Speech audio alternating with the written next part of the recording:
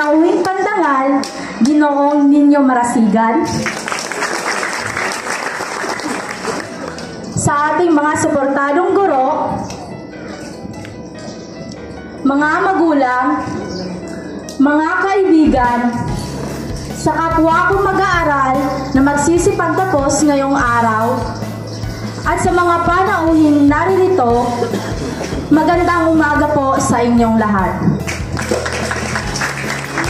Sa ating pagtatapos, naaalala natin ang bawat hirap, determinasyon at pagsubok na ating hinarap at nalampasan.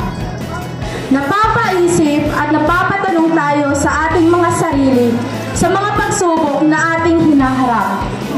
Kaya ko bang harapin ang ganitong bagay? Kaya ko bang gawin ito? Di ko talent yan, iba na lang. Ang hirap naman ito, kaya na nila yan, suko na ako.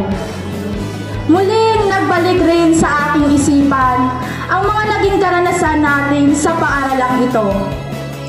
Panahong tayo ay nagsisimula pa lamang sa high school hanggang sa tayo ay naririto na ngayon at magtatapos.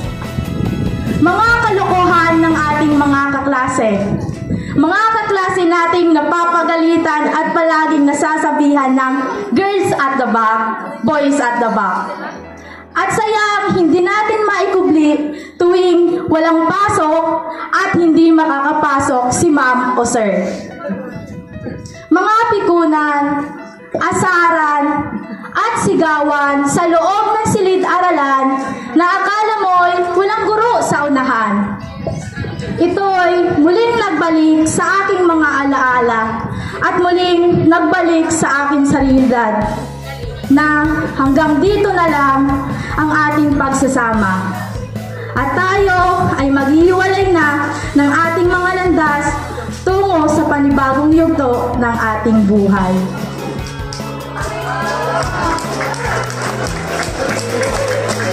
Maraming salamat sa ating mga guro na hindi sumuko sa pagtuturo at paggabay sa atin upang tayo ay matuto.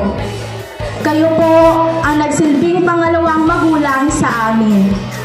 Nagsilbing ilaw at gabay sa madilim na landas ng aming pag-aaral.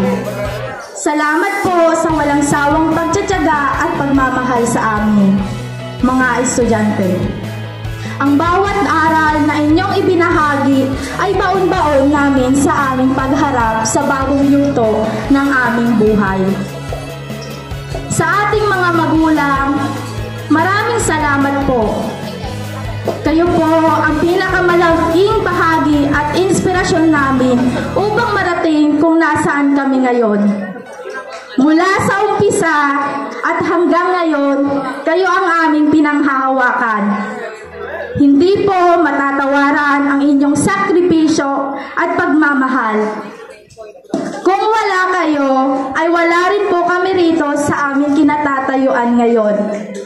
Maraming salamat po sa inyong walang sawang suporta at pagmamahal sa amin. Sa aking mga naging kaibigan, kaklase, at kapwa ko mag-aaral na nakasama ko sa masasaya at malulungkot na sandali sa paaralang ito. Ang bawat masasaya na ating pinagsamahan ay hindi natin malilimutan. Natapos na din natin ang lahat ng pagsubok at mga hamon sa mataas na paaralan ng Antipolo National High School. Sana ang ating tagumpay ay magsilbing inspirasyon at gabay sa atin sa hinaharap. Huwag natin kalimutan ang halaga ng edukasyon at mga aral na ating natutunan, hindi lamang sa loob ng silid-aralan, kung hindi, pati na rin ang mga aral na nagmula sa atin at sa bawat isa at mga aral na nagmula sa ating mga minamahal na guro. Sabi nga ni John Dewey, education is the continuous reconstruction of experiences. Kaya, huwag tayong bibitaw. Ituloy natin ang pagtupad sa ating mga pangarap at huwag susuko sa anumang pagsubok na ating natin. Sana ang ating pagtatapos ay hindi lamang isang katapusan sa yugto na ito, kung hindi simula ng bagong pagbubukas ng kabanata ng ating buhay at paglalakbay tungo sa ating tagumpay. At ang panghuli, sa bawat hamon na ating hinarap at patuloy na hinaharap, huwag nating kalilimutan na hindi tayo nag-iisa.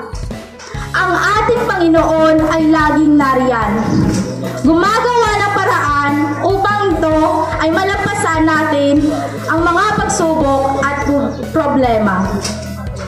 Kaya't huwag nating kalilimutang palaging magpasalamat sa Kanya sa bawat pagkakataon. Sapagkat ang Kanyang gabay at biyaya ay walang hanggan. Muli, binabati ko kayong lahat sa ating pagtatapos sa araw na ito. Maraming salamat.